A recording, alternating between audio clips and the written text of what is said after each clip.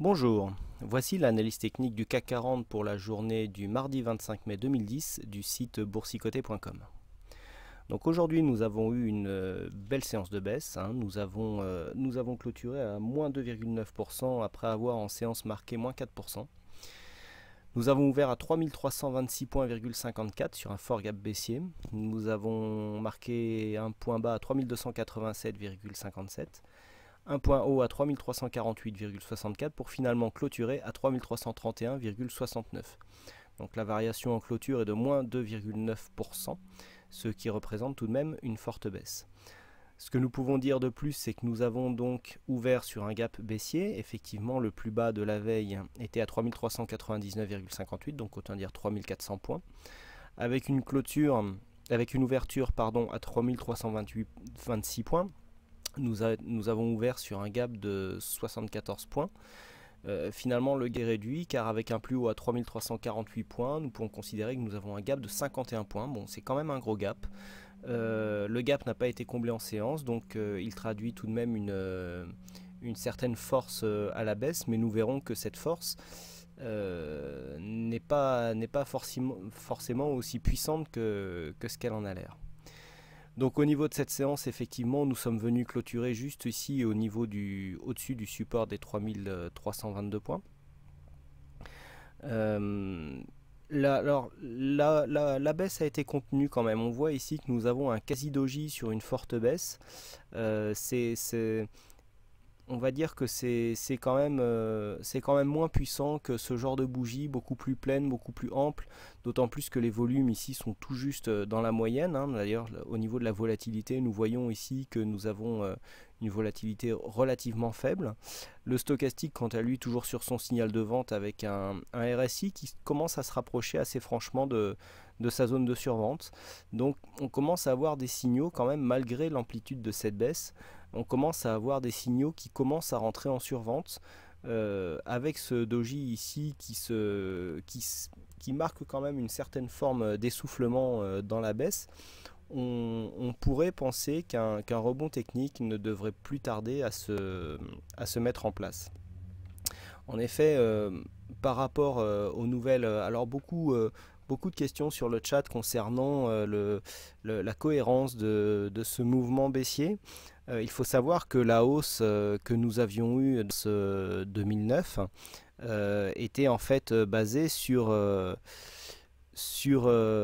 une anticipation d'une reprise en fait basée sur la croissance. Ce qu'il faut savoir, c'est que beaucoup de pays européens ont ou vont présenter un plan d'austérité. Ce qu'il faut savoir, c'est qu'un plan d'austérité, en général, nuit à la croissance, et donc c'est le scénario de la reprise qui serait mis à mal. Donc en fait, les investisseurs qui auraient surestimé la reprise des marchés sont en train de se désengager, notamment on le voit bien au niveau des valeurs du CAC comme les cycliques. On voit que ce sont les cycliques finalement qui ont été donc beaucoup de valeurs industrielles qui ont le plus souffert de la séance, et on voit que le secteur financier qui a beaucoup été attaqué en début de séance finalement s'est bien repris. On voit qu'en fait pour une fois c'est pas vraiment l'endettement des États européens qui crée ce mouvement, mais plus en fait le changement de scénario de reprise suite à la crise de 2008-2009 qui serait mise à mal. Donc bon, au niveau de la cohérence, oui, bien sûr, c'est cohérent car c'est le scénario de reprise qui est remis en cause. Mais fondamentalement, on voit bien ici dans le mouvement de cette bougie qu'il n'y a pas une grosse puissance de baisse.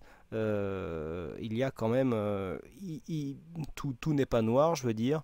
Ce genre de doji sur une forte baisse, sur un gap baissier, traduit quand même un manque de conviction des vendeurs pour enfoncer plus loin le CAC 40.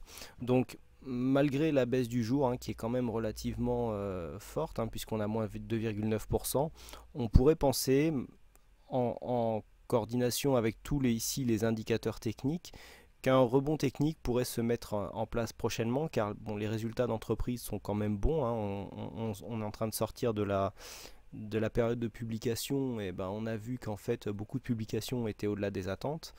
Donc bon, là c'est un peu une partie fondamentale, mais si on rapproche le fondamental de l'analyse technique, on se rend compte que bon, on a ici des indicateurs qui commencent à rentrer en survente. On a ici sur une forte baisse des volumes qui sont moyens, hein, je devrais dire. Bon, là ici, quand on avait ici cette séance de forte baisse, bah, ici on avait des forts volumes, et puis là bon, bah, sur une forte baisse liée quand même à une grosse nouvelle fondamentale, on a des petits volumes. Ça sent quand même légèrement l'essoufflement, on restera prudent quand même, mais on pourrait avoir un rebond technique qui se mettra en place. En attendant, c'est la baisse. Le prochain support, alors en cas de cassure du support ici des 3320, il y a un support à 3220 qui pourrait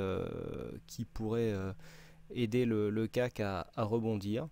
Et le comblement du gap dans les 2 ou 3 prochaines séances serait déjà un signe pour un essoufflement déjà dans un premier temps de la tendance baissière, et pourquoi pas sur la mise en place d'un rebond, notamment si le gap se comble dès demain.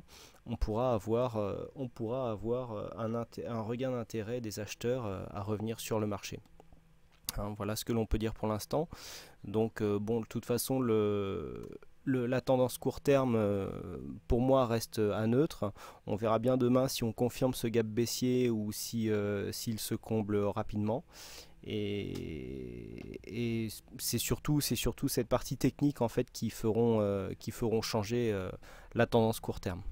Voilà pour cette analyse technique. Merci encore une fois à toutes et à tous pour votre fidélité et pour vos nombreuses visites sur le site boursicoté.com.